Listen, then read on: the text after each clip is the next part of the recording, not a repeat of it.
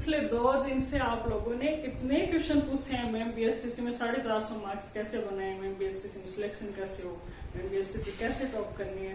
मुझे लग रहा है कि 2 दिन में आप लोगों ने यूट्यूब के जितने भी वीडियोस हैं कि 450 अंक कैसे लाने हैं सारे देख लिए होंगे।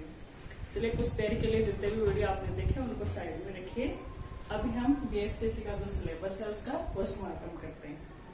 देखिए सिलेबस को डिटेल से समझना इसलिए जरूरी है क्योंकि जब तक आपको एग्जैक्ट सिलेबस का पता नहीं होगा, टॉपिक और उन टॉपिक का लेवल, क्योंकि जो बैंकिंग की रीजनिंग है या जो आरएस की हिंदी है, जो एसआई की हिंदी है, उनका लेवल बहुत हाई होता है।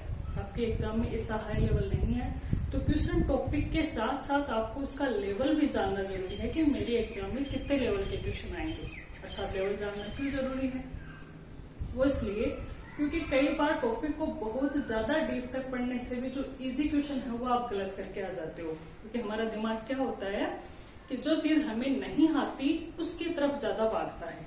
तो जब आप टॉपिक को डीप से पढ़ोगे तो जो लास्ट में हार्ड क्वेश्चन बनने वाले हैं उस टॉपिक से, उसकी तरफ आपका दिमाग भागेगा और आप एग्जाम से पहले उसी को पढ़ते जाओगे और उस चक्कर में जो इजी लेवल था उसको आप रिविजन करना भूल जाओगे और इससे आपको बहुत बड़ा नुकसान होने वाला है।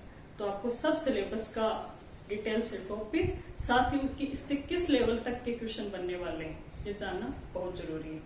अच्छा, स्टार्ट करने से पहले बीएसटीसी पेपर पैटर्न है, इसका वीडियो मैंने पहले भी अपलोड कर दिया है। अगर आप लोगों ने नहीं देखा है तो मैं डिस्क्रिप्शन में लिंक दे दूंगी, आप लोग इसे देखिए।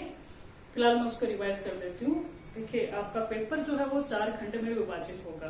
पहला मानसिक योग्यता जिसके 50% होंगे, 1% 3 अंक का, तो टोटल आपका 150 का होगा। दूसरा है आपका राजस्थान जीके, जिसमें अपनी पॉलिटी बिल्कुल राजस्थान की है सिर्फ, और history, geography, art and culture, उसका भी 50% है, हर पर्सन 3 अंक का 150। इसके बाद में होगा आपका टीचिंग एप्टीट्यूड, इसके भी आपके 50% और हर पर्सन 3 अंक का 150। चौथा सेक्शन है आपका भाषा योग्यता, इसके भी आपके 50% आएंगे। सभी को हम डिटेल से देखेंगे। चलिए शुरू करते हैं मानसिक योग्यता से। तो जो आपका ऑफिशियल सिलेबस है उसकी फोटो मैंने टेलीग्राम ग्रुप और अपने फेसबुक ग्रुप दोनों पे डाले थे, आप लोगों ने देख ली होगी। अब हम टॉपिक्स में, जैसे रीजनिंग था उसका स्टार्टिंग का टॉपिक, तो उसके अंदर कौन कौन से पॉइंट आने वाले हैं, कौन से सब टॉपिक आने वाले हैं, सभी अब हम डिटेल से देखेंगे। आप एक एक करके समझते जाइएगा। देखिए, रीजनिंग में सबसे पहले आपको अल्फाबेट टेस्ट से शुरू करना है। ऐसे बेसिकली आपने स्टार्टिंग में पढ़ा होगा कहीं, तो किसी और एग्जाम अगर आपने की है, जो रैंकिंग होती है ए 1 नंबर पे है, जे 26 नंबर पे है, इस आधार पे जो प्रश्न बनेंगे कि बताइए कि एबीसीडी में बाएं से 7वां अक्षर क्या होगा, जो बाएं से 7वां अक्षर है वो दाएं से कितने नंबर पे होगा, इस तरह के प्रश्न अल्फाबेट टेस्ट में बनेंगे। ठीक है। दूसरा आपका होगा एनालॉजी टेस्ट, सादृश्यता परीक्षण। अब देखिए, सादृश्यता में 3 टाइप के क्वेश्चन बनेंगे। पहला वो पूछेगा अक्षर सादृश्यता। अक्षर सादृश्यता में इंग्लिश के अल्फाबेट है वो सेम पूछ लेगा कि जैसे ए है वो 1 नंबर पे है और उसके बाद उनका अरेंजमेंट करके वो देगा, तो अक्षर सादृश्यता में आ जाएगा। दूसरा आपको वो नंबर सादृश्यता देगा, संख्या नंबर। इसमें जैसे स्क्वायर दे दिया 2, 4 और 9, तो बताइए कि अगला क्या होगा। तो ये स्क्वायर चल रहा है, 2 का स्क्वायर 4 है, तो 9 का स्क्वायर आपको 81 कर देना, ये इसमें बनेगा। फिर फिगर सादृश्यता का प्रश्न भी इसी से आएगा। आपको डायग्राम देगा और वो प्रश्न उत्तर दे देगा और लास्ट में जो उत्तर के जो 4 क्वेश्चन हैं उसमें से आपको देखना होगा। फिर आएगी समानता। समानता में क्या होता है कि आपको समान एक फिगर दे देगा और वो फिगर है वो नीचे के जो उत्तर आकृति हैं उनमें से आपको ढूंढना होगा ये सेम फिगर इन उत्तर आकृति में से कौन सा है। उसके बाद आपको बेमेल छांटना है, जैसे कि आपको 3 एक जैसे प्रश्न दे देगा, ऑप्शन दे देगा और एक चौथा प्रश्न अलग होगा। जैसे 3 राजधानियों के नाम दे दिए और चौथा एक किसी स्टेट या डिस्ट्रिक्ट का दे दिया, वो जो चौथा है वो अलग हो जाएगा। फिर आपको श्रृंखला या श्रेणी क्रम के प्रश्न आने वाले हैं। इसमें जो मैथ्स की सीक्वेंस है, जैसे गुणोत्तर श्रेणी, समांतर श्रेणी, या फिर उनमें और भी जो भी मैथमेटिकल ऑपरेशन लगने हैं वो हम आगे देखेंगे जब हम डिटेल से पढ़ेंगे, वो प्रश्न इसमें बनेंगे। उसके बाद आएगा शब्दों का व्यवस्थीकरण। इसमें आपको डिक्शनरी के अकॉर्डिंग अरेंज करवाएगा। डिक्शनरी या फिर जो फोन डायरेक्टरी होती है अपनी, ऐसे स्टार्ट होते हैं, उसके बाद बी, सी, तो वो अरेंजमेंट किस तरह से होता है इसमें वो समझेंगे। फिर आएगा शब्द निर्माण। शब्द निर्माण में क्या होगा, आपको एक शब्द दे देगा, जैसे नॉलेज नाम दे दिया, ये कहेगा इस नॉलेज से कितने सार्थक शब्द बन सकते हैं, तो 9 से से नॉलेज से एक तो नो बन जाएगा KNOW और एक वेज बन जाएगा। तो ऐसे अपन को देखना है कि उनका इंग्लिश का अर्थ भी निकलना चाहिए। ये आपका पर्टिकुलर इंग्लिश वोकैबुलरी से संबंधित है, इस तरह का प्रश्न आ सकता है। फिर बनेगा कोडिंग और डिकोडिंग।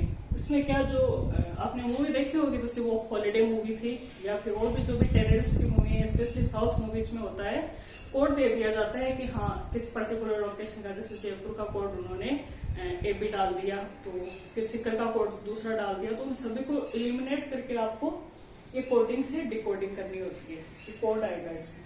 फिर दिशा और दूरी का है, इसमें बनेगा जैसे आप घर से उत्तर दिशा में निकले, फिर बाएं तरफ मुड़े, फिर दाएं तरफ मुड़े, तो बताइए अब आपका मुंह किस तरफ है, या फिर आपकी शुरू को पॉइंट से लेकर अंत पॉइंट तक दूरी कितनी है, वो इसमें बनेंगे।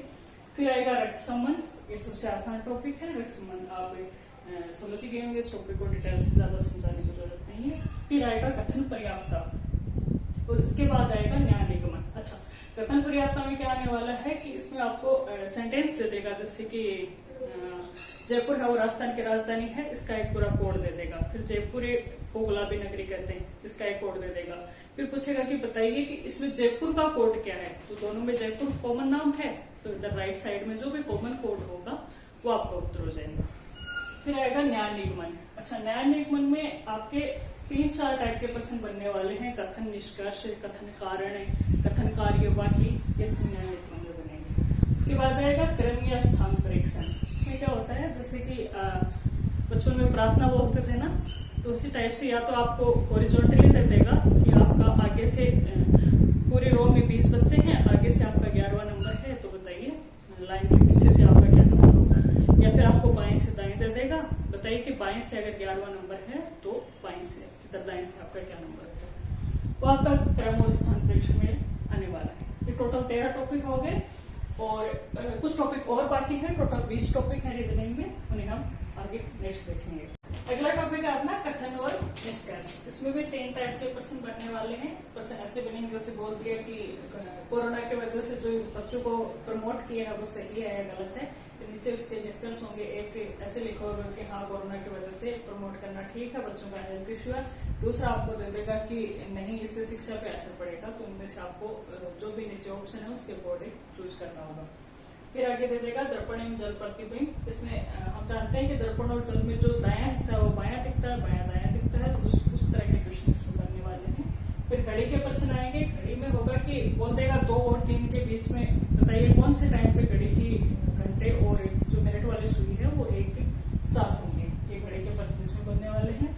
कैलेंडर में आपको दे देगा कि जैसे आज संडे है, डेट दे देगा आज की, तो बताइए 15 अगस्त 1947 को कौन सा दिन था या कौन सा वार था, वो इसमें आएंगे। आकृति आयोग में आपको फिगर दे देगा, एक ट्रायंगल त्रिभुज बना के दे देगा, उसमें और छोटे छोटे ट्रायंगल होंगे, तो फिर कहेगा कि बताइए इसमें से टोटल कितने ट्रायंगल बनने वाले हैं, या स्क्वायर दे देगा या रेक्टेंगल दे देगा, वैसे बनने वाले हैं। फिर घनी या पासा, इसके क्वेश्चन आने की चांसेस बहुत कम है, लेकिन फिर भी इस टॉपिक को आप छोड़ के मत जाइएगा। घन और पासा में क्या होगा, लूडो वगैरह खेला होगा आपने बचपन में, तो उसमें जो 6 नंबर लिखे होते हैं, 5 नंबर वो दिखा देगा और 1 नंबर आपको ढूंढना होगा कि जो नंबर नहीं दिख रहा है वो कौन सा होगा। एक्चुअली पेज पे है तो अपन को 3 ही नंबर दिखेंगे, उस हिसाब से एक जो नंबर वो पूछेगा कि इसके बाएं तरफ कौन सा है वो आपको ढूंढना होगा।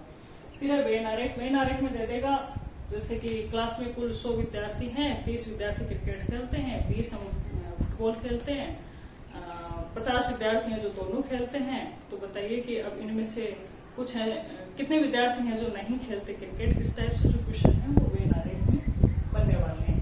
तो ये है अपना रीजनिंग का पूरा सिलेबस। तो अब नेक्स्ट क्वेश्चन आपका ये आता है कि रीजनिंग के लिए पढ़ना कैसे है, कौन सी बुक पढ़नी है, कहाँ से तैयारी करें कि आप यहाँ से मैक्सिमम मार्क्स हैं वो ला सके। तो देखिए 50% है, अपने टॉपिक है 20, तो आप मान के चलिए हर टॉपिक से 2% बनने पक्के हैं। इसको छोड़ के यहाँ से इन से 1% ही आएगा। तो आप जो स्टार्टिंग के पर्सन थे अल्फाबेट टेस्ट, वहां से 3% बनने वाले हैं। तो आप सबसे पहले तो जो भी आपके पास गाइड है, लक्ष्य की, दक्ष की, या जो भी आपके पास गाइड है, उससे एक बार पूरे सिलेबस का ओवरव्यू कीजिए। उसमें जितने भी डिटेल्स से टॉपिक दिए हुए हैं वहां से आपको लेवल पता चलेगा। गाइड पढ़ने से क्या होगा, आपको लेवल पता चलेगा कि इस टॉपिक में मुझे कितने डीप तक पढ़ना है, मेरे BSTC एग्जाम का लेवल क्या है, वो चीज आपको गाइड से पता चलेगी। उसके बाद आप किसी भी स्टैंडर्ड बुक को उठाइए, जैसे कि आप रामनिवास माथुरिया के ले सकते हैं या यूएस शेखावत के ले सकते हैं, दोनों बुक अच्छी हैं। मैंने यूएस शेखावत रेफर की थी, रामनिवास माथुरिया भी अच्छी है। तो आप उनमें से जो गाइड से आपको जैसे लेवल पता चला ना कि इस टॉपिक का मेरा इतना लेवल है, उतने ही लेवल तक के क्वेश्चन आप रामनिवास माथुरिया से सोल्व कीजिए। रामनिवास माथुरिया क्यों पढ़नी है? क्योंकि बीएसटीसी में जो गाइड है उसमें इतने डिटेल से टॉपिक नहीं है, तो वो बुक आपको रामनिवास माथुरिया रेफर करनी ही पड़ेगी अगर मानसिक योग्यता में आपको 130 नंबर लाने हैं तो। ठीक है, अब आगे हम देखते हैं कि जीके में किस तरह के प्रश्न बनने वाले हैं, क्या उसका सिलेबस होने वाला है।